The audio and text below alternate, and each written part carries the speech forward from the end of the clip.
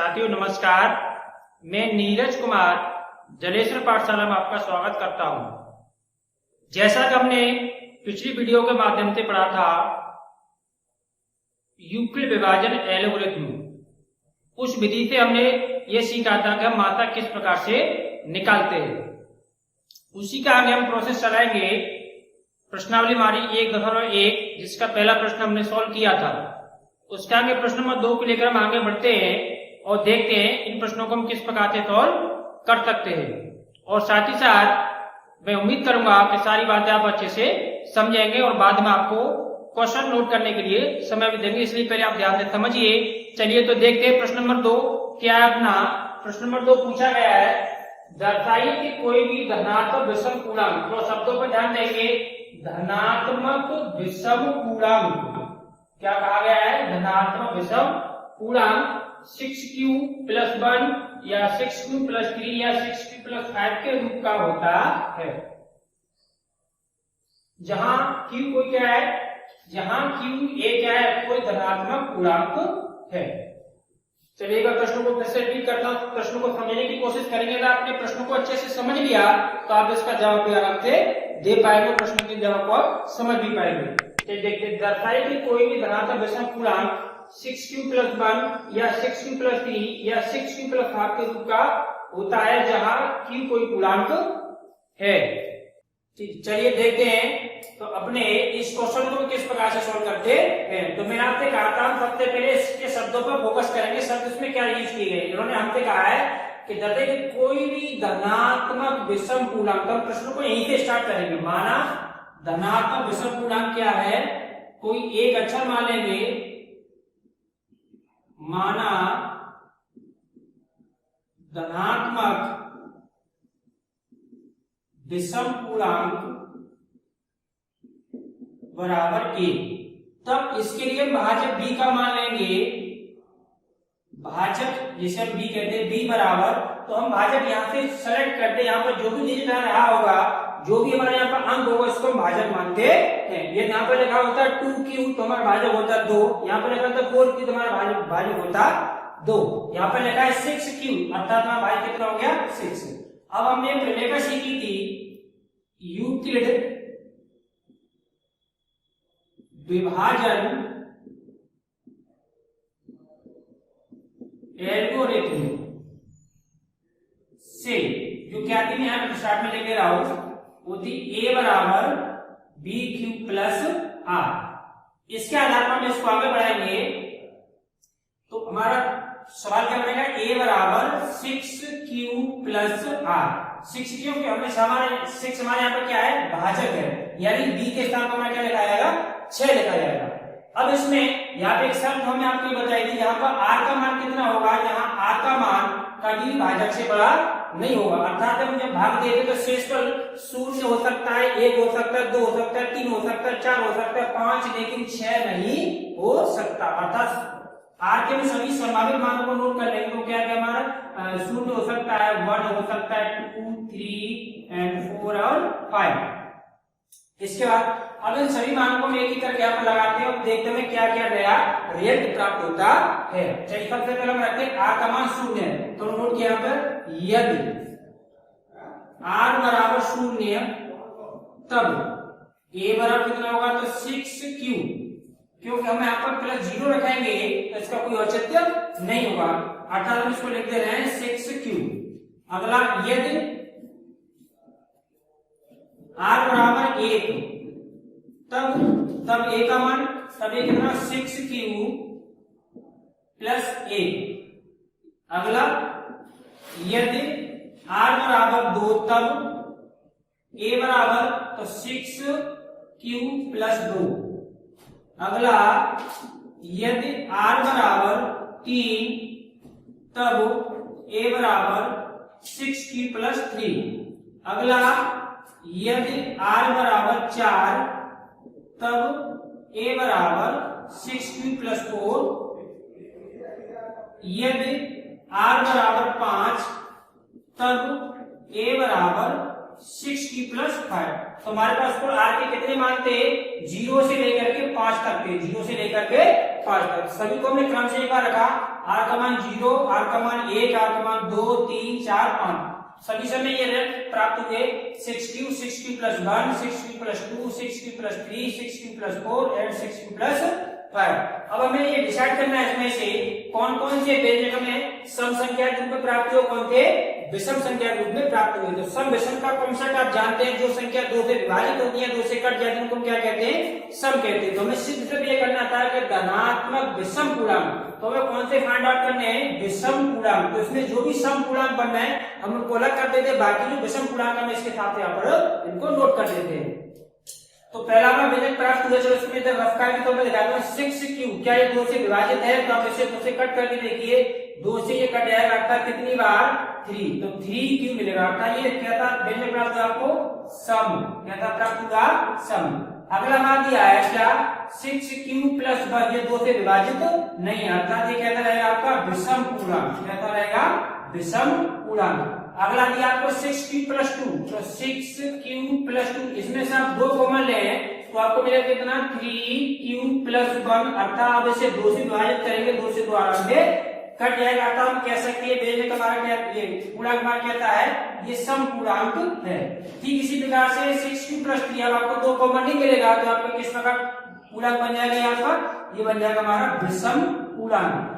अगला 6q plus 4, ये हम दो यहाँ पर कॉमन निकाल सकते हैं, इसका मतलब मान क्या बन जाएगा सम पूर्णांक। अगला 6q plus 5, 6q plus 5 में हम देखेंगे 2 कॉमन नहीं मिल सकता, इसका मतलब मान क्या था, पूर्णांक बन जाएगा ये विषम पूर्णांक। अब हम प्रश्नों को देखकर अपने उत्तर को चेक करते हैं। प्रश्न में दिया था दर्शाइए कि कोई भी धनात्मक विषम पूर्णांक किस प्रकार का हो सकता है, तो 6q plus 1 या 6q plus 3 या 6q plus 5 के रूप का हो सकता है। अब हमारे पास जितने भी सारे विषम पूर्णांकों में चेक करिए, पहला 6q plus 1 जो बिल्कुल मैच कर रहा है, दूसरा 6q plus 3 ये बिल्कुल मैच कर रहा है, या फिर किस प्रकार का हो सकता है 6q plus 5 के रूप का हो सकता है। और हमें यही सिद्ध करना था, हमसे यही कहा था कि दर्शाइए कि कोई भी धनात्मक विषम पूर्णांक इसके रूप का होता है। अतः हम लिख देंगे, अतः कोई भी धनात्मक विषम पूर्णांक 6q plus 1 या 6q plus 3 या 6q plus 5 के रूप का होता है। इस प्रकार से हमारे प्रश्न नंबर 2 कंप्लीट हुआ। अब आप इसका स्क्रीनशॉट लेकर के या वीडियो को पॉज करके या रोक करके आप इसको नोट करें, तो अगला प्रश्न हम इसको देखते हैं। अगला प्रश्न किस प्रकार से, वो इससे भी बेहतर प्रश्न है और इससे अच्छा प्रश्न है, हम इसमें कोशिश करेंगे इसी प्रकार से आपको समझाने की। चलिए अब हम देखते हैं अगला प्रश्न नंबर हमारा 3 क्या है।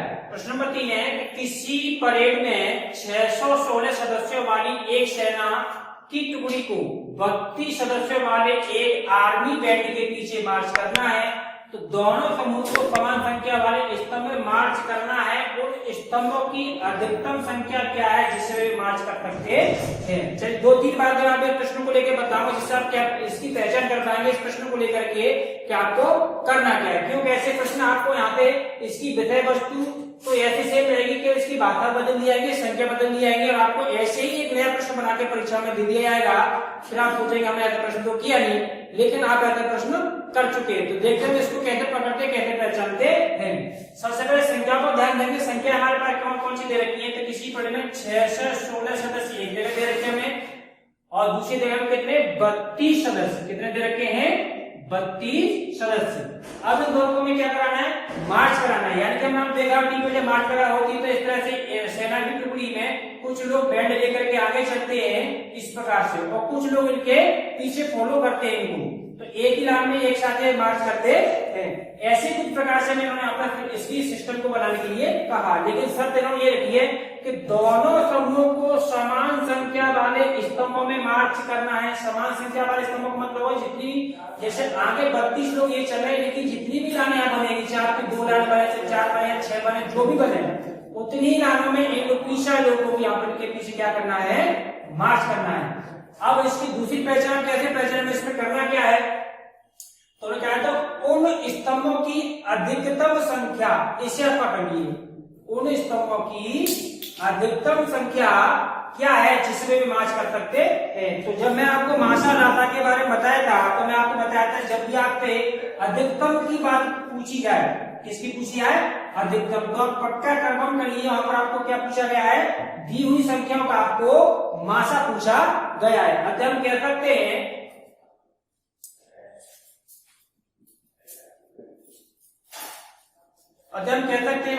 जिस भाषा में हमसे कहा उसी भाषा में इसका जवाब लगेगा। पूछा गया दोनों समूहों को समान संख्या वाले स्तंभों में मार्च करना है तो उन स्तंभों की अधिकतम संख्या क्या होगी, तो आप प्रश्न के उत्तर को यहीं से उठाएंगे।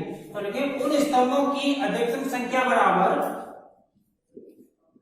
उन स्तंभों की अधिकतम संख्या बराबर 32 तथा 6 से 16 का मासा। अर्थात हमें पता चल गया हमें क्या करना है, इसका मासा निकालना है। अब मासा निकालने के बाद भाग विधि या भाज्यवर्गण विधि या यूक्लिड विभाजन एलोगरिथम तीनों विधियों को हम आपके सामने शेयर कर चुके हैं। अब यहाँ से में जो विधि उपयुक्त रहेगी हम उस विधि से सवाल को लगा सकते हैं, जो विधि आपको अच्छी लगे। चलिए इसको भाग विधि से आगे देखते हैं। तो भाग विधि में बताया था, हम देखते हैं कि छोटा, इसमें छोटी संख्या कौन सी है, बड़ी संख्या कौन सी है। तो हम क्या करेंगे, छोटी संख्या का हमेशा क्या करते हैं, बड़ी संख्या में क्या लगाते हैं, भाग लगाते हैं भाग विधि में। तो हमने किया 32 से भाग लाने की कोशिश करते हैं कितना, 616 में। अब देखते हैं तो 32 से भाग आएंगे 61 में, तो 32 से कम 32 तो 64 तो ज्यादा हो जाएगा, एक बार आएगा 32 से कम 32। अब इसको मास का लिए तो 11 में शुरू हो गए तो कितना बचा आपका 9 बचा। अब यहाँ बचा आपका 5 में 3 कितना 2, इसके बाद आपका कितना 6। अब 32 से आप लाएंगे 206 में भाग, तो आपको 32 का पारा नहीं भी आएगा तो क्या करेंगे, मैं आपको बताया था एक इकाई का आप इधर से छोड़ेंगे और एक इकाई का आप इधर से छोड़ेंगे। इसके बाद आप 3 का पारा पढ़ेंगे, 29 है 29 से आगे न जाता। तो 3 दाम 30 आप पढ़ेंगे तो 10 बार तो नहीं पढ़ सकते, अधिकतम कितना पढ़ सकते हैं, केवल 9 बार। तो आपने 9 बार यहाँ पे पढ़ा, इसको चेक करते बड़ा करके क्या ये संख्या से बड़ी तो नहीं जा रही। अगर छोटी तो प्रोसेस को हम बढ़ाएंगे, बड़ी तो हम इसको फिर एक अंक और कम कर सकते हैं। तो 9 से बड़ा किया से 9 दूनी 18 के 8 हासिल हमारा 1 और 9 की 27 में कितना हो गया हमारे पास 28, यानी कि 288। तो 288 का 296 छोटा है, यस हाँ छोटा है। अगर छोटा है तो इसको क्या करेंगे हम घटाते हैं। तो यहाँ पर 16 में काट के हमारे पास बचा 8, यहाँ पर हमारे पास बचा 8 में कुछ नहीं बचा, यहाँ पर 2 तो कुछ नहीं बचा, अर्थात हमारे पास शेष कितना बचा 8। अब हम आपको बताया भाग विधि में क्या करते हैं, इसी शेषफल को नया भाजक बना करके और पहले वाले भाजक में क्या लगाते हैं, हम भाग लगाते हैं। अब 8 से भाग लगाएंगे 32 में अधिकतम कितनी बार जाएगा, तो आप समझ रहे होंगे कितनी बार जाएगा, अधिकतम 4 बार। तो जिस भाजक ने इस प्रोसेस को खत्म किया वही हमारा क्या कहलाता है, मासा कहलाता है। अर्थात मासा हमारा कितना हो गया, हमारा 8 होगा। तो हम कह सकते हैं कि उन स्तंभों की अधिकतम संख्या कितनी होगी, 8 होगी। तो हम यहाँ लिख देंगे पुनः फाइनल करके, अतः स्तंभों की अधिकतम संख्या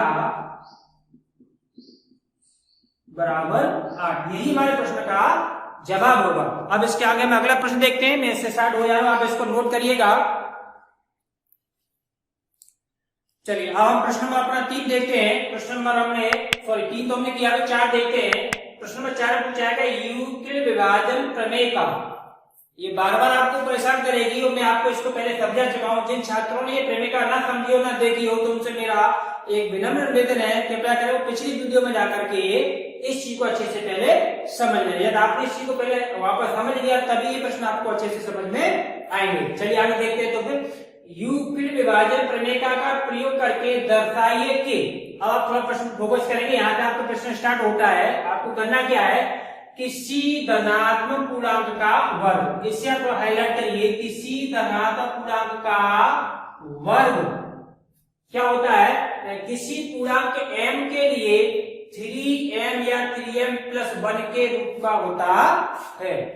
चलिए तो अब देखते हैं इसमें क्या होता है, 3m और 3m के प्लस के रूप का होता है। तो हमने बताया था क्या करेंगे, हम एक अचर राशि मान के चलेंगे, माना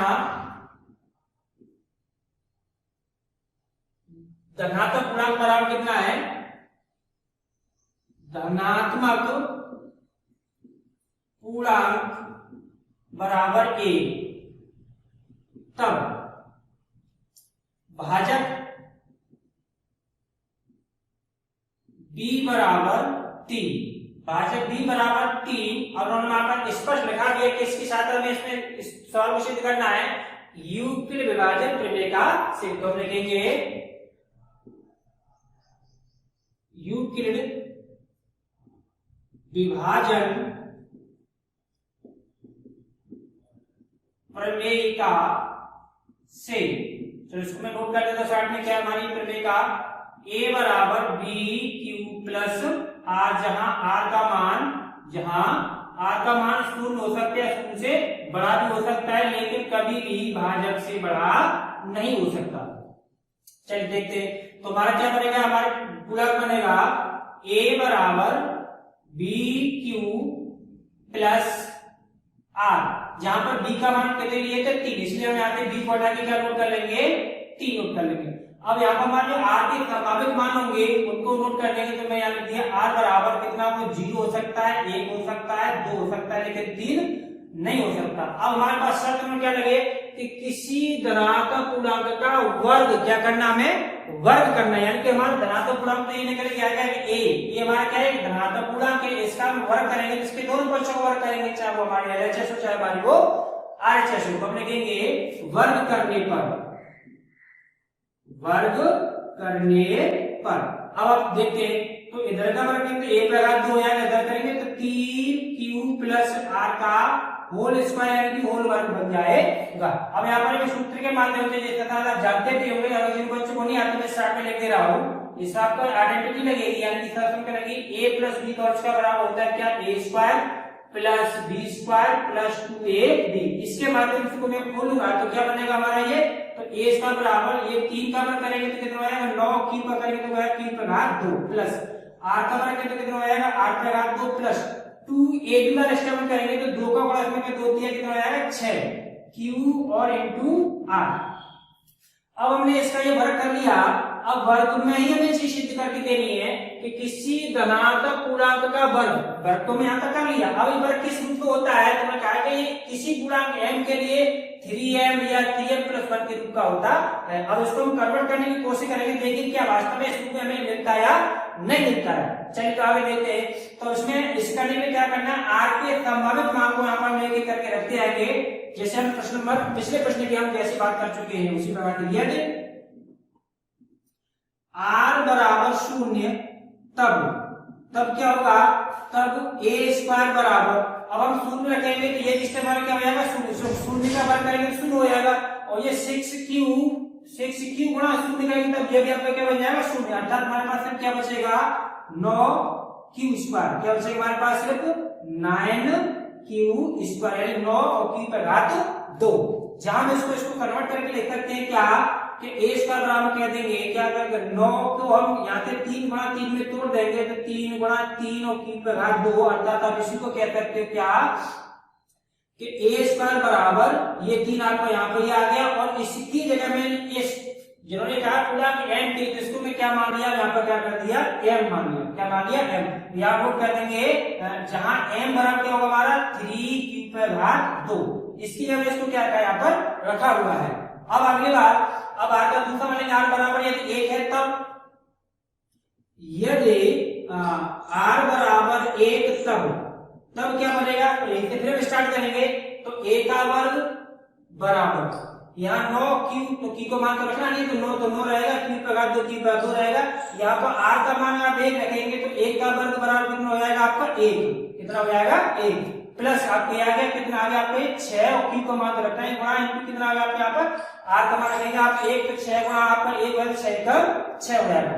अब इसमें पुनः देखते हैं इन दोनों q वाले मानों को इकट्ठा करेंगे और तो हमारी दोनों कैसी आती है, ये चर राशि अचर राशि को अलग कर दे तो हमें मान नया मान प्राप्त होता है a स्क्वायर बराबर 9q स्क्वायर यानी q पे घात 2 प्लस 6q प्लस 1। अब इसके बाद हम आगे इधर देख लेते हैं,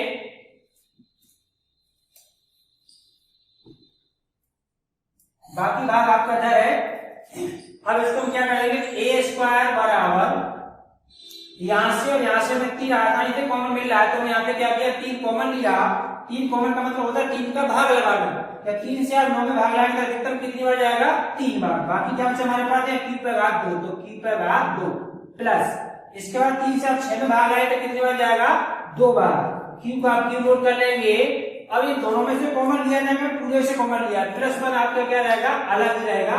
अब इसका पुनः कन्वर्ट या बदल के क्या लिख देंगे, 3m प्लस 1, जहां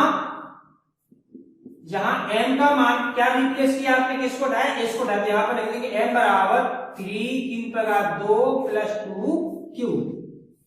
तो आप देख पा रहे होंगे जिनकी शर्त के अनुसार हम एक प्रश्न को पुनः देखते हैं और अपने सवाल के सॉल्यूशन को देखते हैं कि यूक्लिड विभाजन प्रमेय क्या का प्रयोग करके, तो वास्तव में इसका प्रयोग किया है।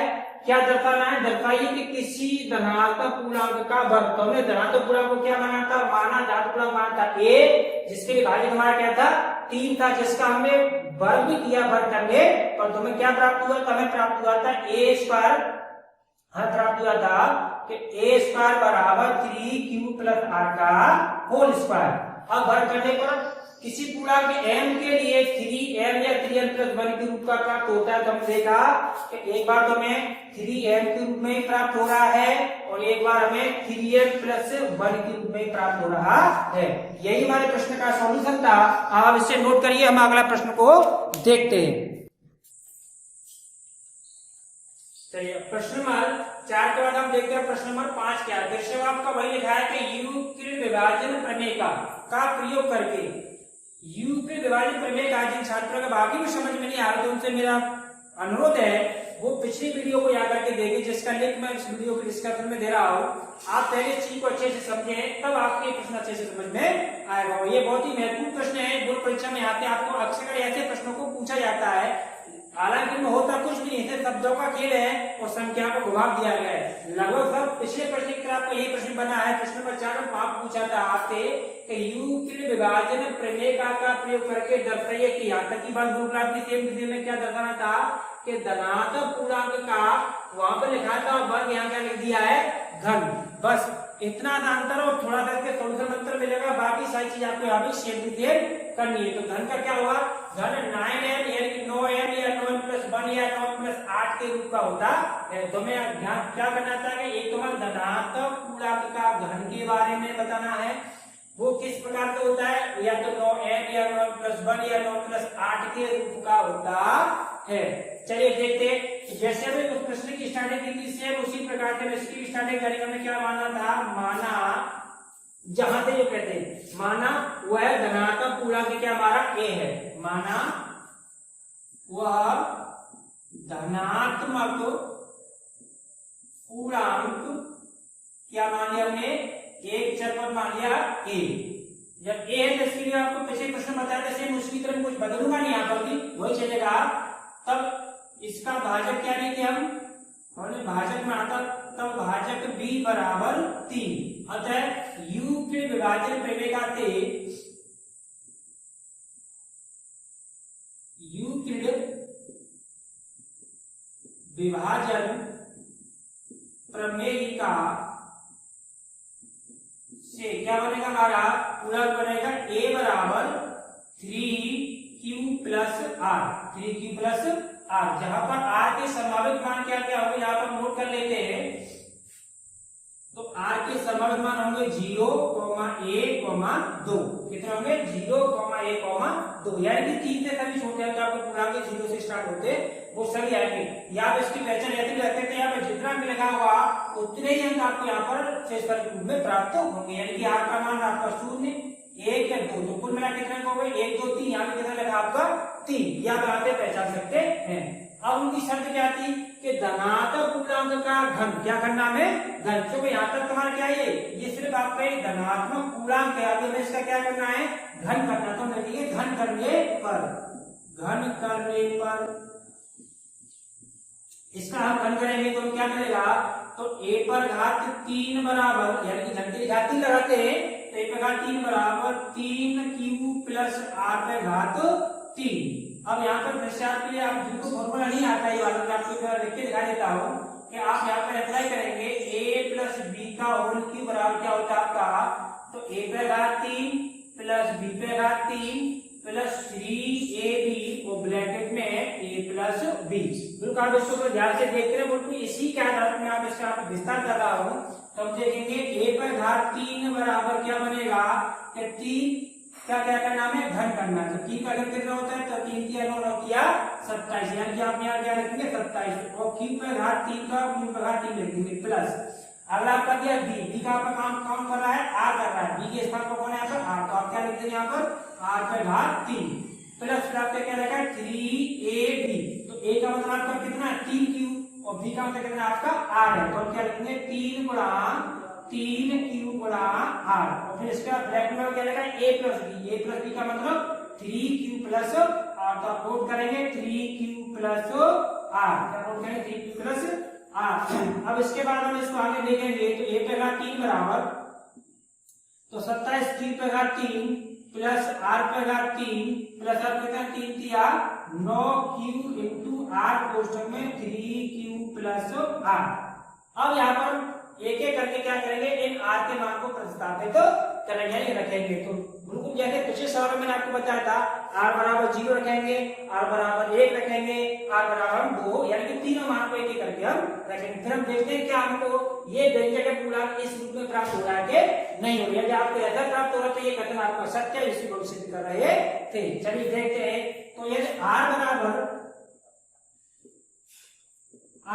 0 तब पूरा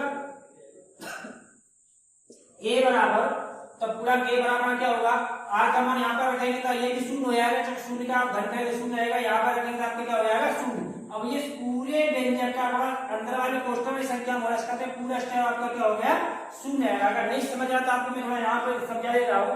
जैसे आपने क्या किया यहाँ पे लगा 3 गुणा 0 कोष्ठक लिख दिया 3 प्लस 5, तो इसका मतलब हो गया ये आपका यहाँ पे ये पूरा क्या आएगा 0 और 0 का गुणा किसी के साथ गुणा विषय होता है, ये पूरा स्टेप क्या माना जाता है अपना 0 ही माना जाता है। इसी आधार पर हम इसको क्या कर देंगे, ये वाला स्टेप आपका 0 हो जाएगा, यहाँ पर r होने की वजह से पूरा स्टेप यहाँ से क्या हो गया 0 हो गया। तो आप कह देंगे a बराबर तो 27 q पे घात 3।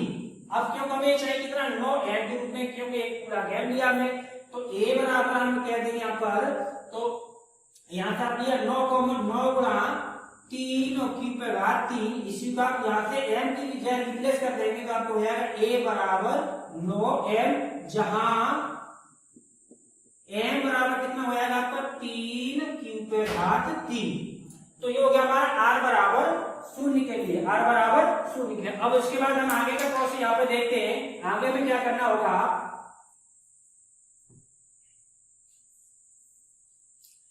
अब हम r का मान लेंगे कितना 1 और लेकिन यदि r बराबर 1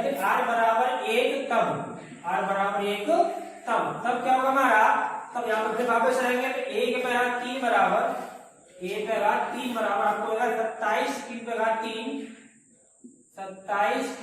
3 प्लस r पे घात 3 का मतलब r का मान होगा यहाँ पे 1, तो 1 पे घात 3 का कितना होगा हमारा 1 हो जाएगा प्लस इसके बाद हम कहते हैं 9q इंटू r, तो 9 और q का मान r का मान हमने आपका 1, तो 9 गुणा 1 तो 9 1 9q आपका यहाँ तो रहेगा, तो आप कितना रहेगा 9q ब्रैकेट 3q यानी कि 3q प्लस r का मान कितना लग रहा है हम 1, यानी कि हम देख रहे हैं जहां जहां r था एक बार फिर से पीछे कर लेते हैं।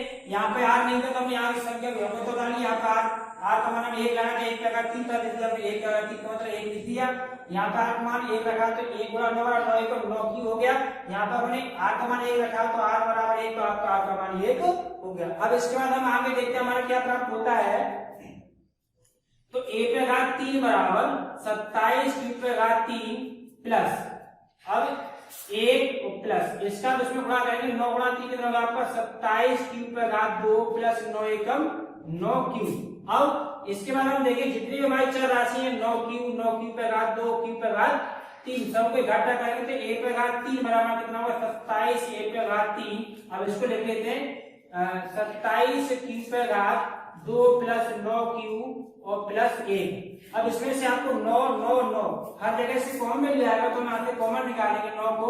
कॉमन का मतलब आपको पहले बता दिया, कॉमन का मतलब होता है भाग देना, यानी कि हम देखेंगे क्या 9 से 27 कटेगा कट जाएगा, 9 से 27 कटेगा कट जाएगा, 9 से 9 कटेगा कटेगा। तो हम यहाँ से 9 कॉमन लिया तो 9 से 27 से भागे कितनी बार गया 3 बार, क्यूब पे घात 3 तो यहाँ पर रखेंगे प्लस, यहाँ पर देखें कितने 3 बार क्यूब घात 2 यहाँ पर देखेंगे प्लस 9 एकम 9 तो यहाँ पर क्या बचा आपका क्यूब प्लस आपका हो गया a। इसका फिर से हम का सूत्र दे देंगे तो आपका क्या बन जाएगा a पे घात 3 बराबर 9 m प्लस 1, जहां m एक अलग पूर्णांक हमारा क्या बनेगा 3 क्यूब पे घात 3 प्लस 3 क्यूब पे घात 2 प्लस q।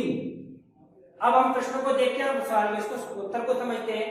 तो इन्होंने हमसे कहा था कि यूक्लिड विभाजन प्रमेय का प्रयोग करके, तो देखिए क्या हमने इसका प्रयोग किया है, हाँ बिल्कुल किया है। क्या दर्शाना दर्शाएगी कि धनात्मक पूर्णांक का घन, धनात्मक पूर्णांक प्लस की एक ऐसी संख्या जिसको जो प्लस की संख्या जो 0 से बड़ी होती है, तो मानो वह धनात्मक पूर्णांक हमारे क्या है a, क्या माना हमने a। तब इसके लिए भाज्य का मान को बताया, भाज्य बराबर b का मान कितना मान लिया हमने 3, प्रमेय का प्रयोग किया। अच्छा इसका हम कहते हैं इसका जब हम घन करते तो हम जो बराबर देंगे इसका हमने घन भी किया है, घन करने पर तो हमें घन किस रूप में प्राप्त हो रहा है, तो 9m में प्राप्त हो रहा है, बिल्कुल हो रहा है 9m प्लस 1 में प्राप्त हो रहा है, 9m प्लस 1 में प्राप्त हो रहा है। इसी प्रकार से इसका एक स्टेप आगे ले आएंगे क्योंकि r का मान हमारे पास एक और बचा है। तो हमारे पास यहाँ बचा है यदि r बराबर 2 तब हमारा पूर्णांक a बराबर क्या बनेगा, तो हम इसे फिर बुलाएंगे, हमारा क्या था यहाँ पर a पे घात 3 बराबर तो 27 क्यूब पे घात 3 प्लस r पे घात यानी घात मान कितना रखेंगे 2 पे घात 3 का मान कितना हो जाएगा, 2 का मान होता है 8, हो गया यहाँ पर 8 प्लस 9, तो 9 का मतलब 9 गुणा 2 है, 9 दूनी 18 क्यूब है, प्लस कितना है आपका यहाँ पर 18 क्यूब। क्वेश्चन फिर आपका 3 क्यूब यहाँ पे तो रहेगा प्लस r का मान कितना लगाया, r का मान लगाया हम 2, तो हमने यहाँ पर लगाया 2। और इसको भी यहाँ पे मल्टीप्लाई करके इसको भी इसी प्रकार से सेट कर लेते तो देखते हैं क्या प्राप्त होता है। तो a पे घात 3 बराबर 27 क्यूब पे घात 3 प्लस 8 प्लस 18 गुणा 3 तो 18 दूनी 36 18 54 18 54 क्यूब पे घात 2 प्लस 18 दूनी 36 क्यूब। अब क्यू वाला ये नंबर घातों के घटते क्रम इसको हम नोट करेंगे तो क्या प्राप्त होगा, a पे घात 3 बराबर 27 क्यूब पे घात 3 प्लस 54 क्यूब पे घात 2 प्लस 36 क्यूब प्लस लास्ट में क्या बचा हमारा 8। अब हम क्या देखते हैं कि यहाँ से यहाँ तक में एक समान अंक दिखाई दे रहा है, क्या हमें यहाँ से 9 कॉमन मिल सकता है। तो a पे घात 3 बराबर 9 हमने कॉमन लिया तो 9 से भागा 3 बार गया, क्यूब पे घात 3 प्लस 9 से भाग इसमें लगाया तो 6 बार गया, क्यूब पे घात 2 प्लस यहाँ 4 बार गया, क्यूब प्लस ये कितना होगा हमारा 8। अब इस पूरे भाग को फिर पुनः m से रिप्लेस कर देंगे, यानी इसके हम m लगा देंगे तो कितना 9m प्लस 8, जहां हमने m के साथ तो क्या रखा था उसको पुनः लिख देंगे, जहां m बराबर क्या है तो m बराबर 3 क्यू की पावर 3 प्लस 6 क्यू की पावर 2 प्लस 4 क्यू। तो हमने देखा जो उन्होंने हमसे कहा दर्शाई और तीनों चीजों में हमें या तो हमारे ये व्यंजक यानी कि हमारे पूरा धनात्मक पूर्णांक का हम घन करते हैं या तो वो 9m के रूप में प्राप्त होता है, तो हमने देखा रूप में प्राप्त हो रहा है, या वो 9m प्लस 1 के रूप में प्राप्त होता है तो हमारा वो 9m प्लस 1 के रूप में प्राप्त हो रहा है, या तो वो 9m प्लस 8 के रूप में प्राप्त होता है, हमने देखा तो वो 9m प्लस 8 के रूप में प्राप्त हो रहा है। बस इतना में इसमें सिद्ध करना था जिसको हमने कर लिया। अब इसी के साथ हमारी पहली प्रश्न अपने यहाँ पर फिनिश होती है। अब इसके बाद हमें अगली पार्ट उसमें हम आगे आपको बताएंगे प्रश्न 1.2। अगर आपको ये वीडियो वाकई में अच्छी लगी है तो आप इसको प्लीज लाइक करें, सब्सक्राइब करें और अधिकतर छात्रों के लिए आप इसे शेयर करें जिससे कि और छात्रों का ही भला हो सके।